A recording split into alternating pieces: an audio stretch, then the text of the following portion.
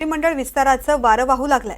सध्याच्या घडीला मंत्रिमंडळ विस्तार एवढा महत्त्वाचा का आहे आणि या मंत्रिमंडळ विस्तारामध्ये कुणाकुणाला काय मिळण्याची शक्यता आहे, पाहूयात।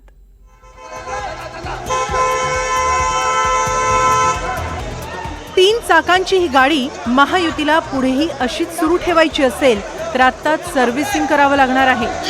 गेल्या वर्षी 2 जुलैला अजित पवार फुटले आणि थेट उपमुख्यमंत्रीपदाची शपथ घ्यायला गेले। तेव्हापासून आत्तापर्यंत मंत्रिमंडळ विस्तार रखडलाय। महायुतीला लोकसभा निवडणुकीत अपेक्षित यश मिळालेलं नाही, त्यामुळे विधानसभा निवडणुकीआधी शिंदे, फडणवीस आणि अजित पवारांवर राजकीय करेक्शन करण्याची वेळ आली आहे। विदर्भात भाजपला लोकसभा निवडणुकीत झटका बसला, त्यामुळे ओबीसी दलित चेहरा असणाऱ्यांचा मंत्रिमंडळात समावेश केला जाईल। यवतमाळ, अमरावती, वर्धा, भंडारा, गोंदिया या जिल्ह्यांकडे जास्त लक्ष द्यावं लागणार आहे। या जिल्ह्यांमध्ये मंत्रिमंडळ विस्तारात अधिक संधी मिळणार आहे। मराठवाड्यात ओबीसी आणि मराठावाद, यामुळे मराठासह दलित मराठा असं गणित करावं लागेल। नांदेड, जालना, परभणी, लातूर या जिल्ह्यातील लोकप्रतिनिधींना प्राधान्य दिलं जाण्याची शक्यता आहे। सेना भाजपसाठी हा भाग महत्त्वाचा आहे।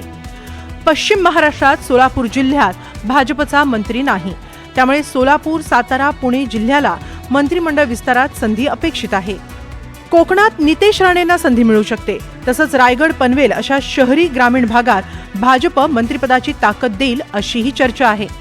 उत्तर महाराष्ट्रात धुळे, नंदुरबार, नाशिक शहरातल्या युतीच्या नेत्यांना विस्तारात संधी आहे। मुंबईमध्ये उत्तर भारतीय आणि मराठी लोकप्रतिनिधींना संधी मिळेल अशीही शक्यता आहे। मुंबईत महायुती जास्त ताकद लावेल। विधान परिषदेतल्या रिक्त 22 जागा आणि जवळपास 70 महामंडळ अध्यक्ष सदस्य जागा भरून महायुती ताकद वाढवू पाहतीये। मंत्रिमंडळाचा विस्तार व्हावा असं वाटते, तुमची नेमकी काय मागणी वाटतंय? मंत्रिमंडळाच्या जागा 29 पेक्षा 43 भरायच्या असतात, जवळपास 14 जागा रिक्त आहेत। त्या 14 जागा आम्ही तिघांनी एकत्र बसून त्या ठिकाणी भरल्या पाहिजे असं माझं मत आहे। आणि त्याला स्वतः देवेंद्रजींनी, एकनाथरावांनी पण सकारात्मक त्याकडे बघितलेलं आहे, त्यांची पण तशीच भावना आहे। रस्त्यांचा विस्तार झाला, मंत्रिमंडळाचा विस्तार नेमका कधी होणार? रस्त्यांचा विस्तार पण होतोय आणि मंत्रिमंडळाचा विस्तार पण लवकर होतोय। मंत्रिमंडळ विस्तार पावसाळी अधिवेशनाआधी होण्याची शक्यता आहे, त्यावरून विरोधकांनीही टोलेबाजी केली आहे। मंत्रिमंडळाचा विस्तार होण्याच्या चर्चा परत सुरू झालेल्या आहेत या सगळ्या निकाल आल्यानंतर। जाता जाता काही लोकांना खुश करून जायचा प्रयत्न असेल, नाहीतरी आता पुढे काही देऊ शकत नाही, जेवढं देता येईल तेवढं देऊ असा प्रयत्न करण्याचा असेल, पण मला वाटत नाही की ते होईल।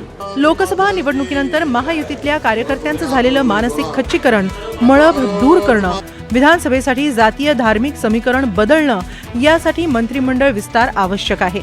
त्यामुळे उशिरा का होईना इच्छुकांच्या गळ्यात मंत्रिपदाची माळ पडणार आहे। सागर कुलकर्णी, एनडीटीव्ही मराठी, मुंबई।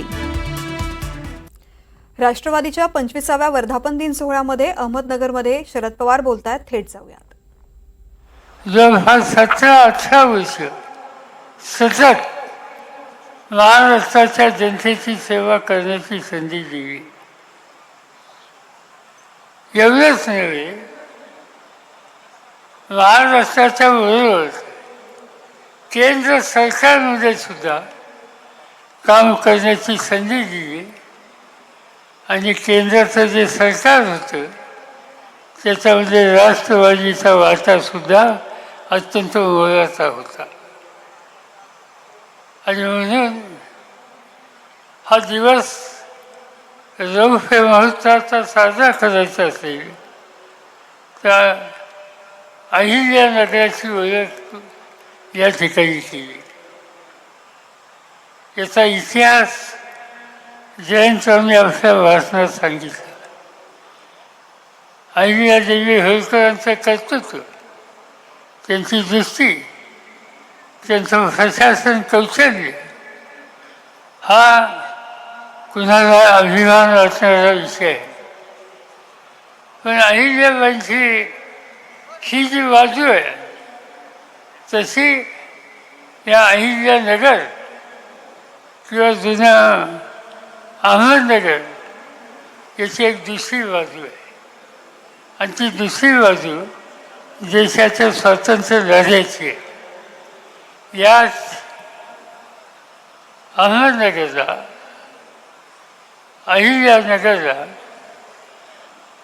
1942 साली 8 ऑगस्टला एक महत्त्वाचा कार्यक्रम गांधीजींच्या नेतृत्वाखाली मुंबईमध्ये झाला. ऑगस्ट क्रांती मैदानावर काँग्रेस पक्षाची कार्यकारिणी होती आणि महात्मा गांधींनी छोडो भारत म्हणून घोषणा केली. महात्मा गांधींना इंग्रजांनी अटक केली आणि पुण्याच्या आगा खान पॅलेसमध्ये त्यांना नेऊन ठेवलं. पण काँग्रेसची कार्यकारिणी त्या ठिकाणी होती. त्याच्यामध्ये जवाहरलाल नेहरू होते, मौलाना आझाद होते, राजेंद्र प्रसाद होते, अनेक महत्त्वाचे नेते होते. इंग्रजांनी या कार्यकारिणीच्या सदस्यांना, या नेत्यांना अटक केली आणि अहमदनगरच्या किल्ल्यामध्ये त्या ठिकाणी आणून ठेवलं. या किल्ल्यामध्ये एक महत्त्वाची गोष्ट घडली आणि ती पंडित जवाहरलाल नेहरूंच्याकडून. पंडितजींनी त्यांचं या किल्ल्यामध्ये वास्तव असताना डिस्कवरी ऑफ इंडिया नावाचा एक ग्रंथ, या देशाचा सवन इतिहास जो जगमान्य झाला, त्याचं लिखाण याच अहमदनगरमधल्या किल्ल्यामध्ये त्या काळामध्ये हे झालेलं होतं.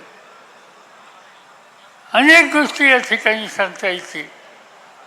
स्वातंत्र्य लढ्यामध्ये इथे अनेक लोक सहभागी झाले आणि त्यांची याचिका ही जर आपण करायची ठेवली तर हजारो लोकांची नावं घ्यावी लागतील. पण 2 नावं हे मला विसरून चालणार नाहीत. एक अच्युतराव पटवर्धन आणि रावसाहेब पटवर्धन काँग्रेस कार्यकारिणीचे गांधीजींच्या बरोबरचे सहकारी.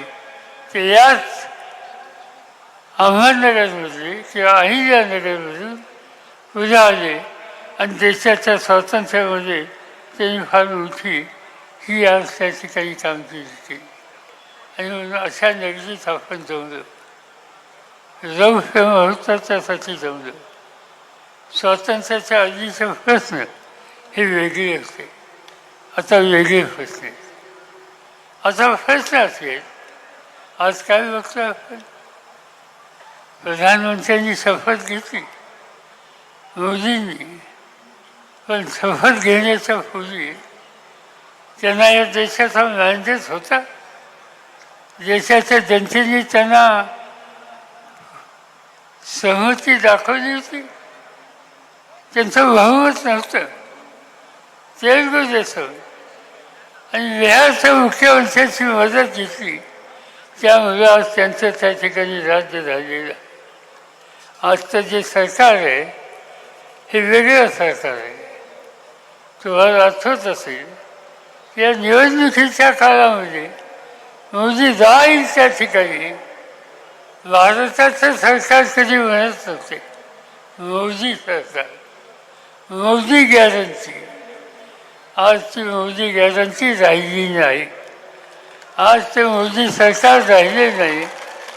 आज तुम्ही लोकांनी तुमच्या लोकशाहीच्या मताच्या अधिकाराच्या जोरावर मोदींना सांगावं लागलं की हे मोदी सरकार नाही, हे इंडिया गव्हर्नमेंट आहे, हे भारत सरकार आहे.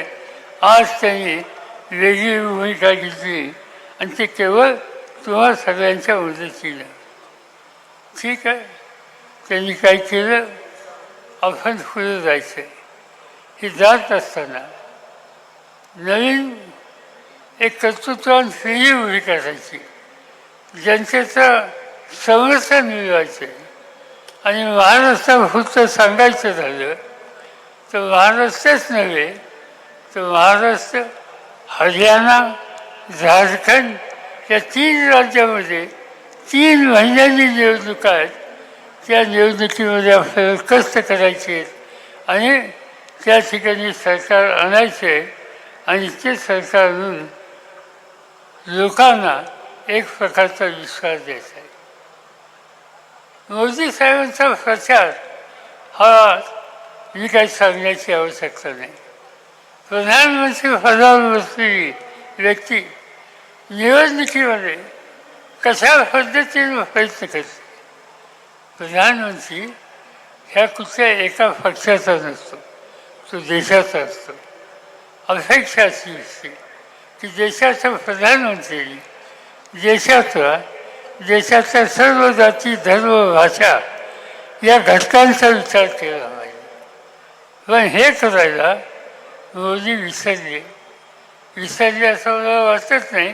त्यांचे मुद्दाम केलं, कारण त्यांची विचारधारा ती होती. काय त्यांनी सांगितलं, अल्पसंख्याक हा देशाचा एक महत्त्वाचा वर्ग आहे. तो मुस्लिम असेल, तो ख्रिश्चन असेल, तो शीख असेल, तो फारसी असेल, तो कुठल्या जाती जमातीचा असेल. आज या लोकांच्यासाठी एक प्रकारचा विश्वास देण्याची कामगिरी ही राज्यकर्त्यांना करावी लागते. पण मोदी हे करण्याच्यासाठी कमी पाहिजे. त्यांनी भाषण केलं एके ठिकाणी. काय त्यांनी भाषण केलं?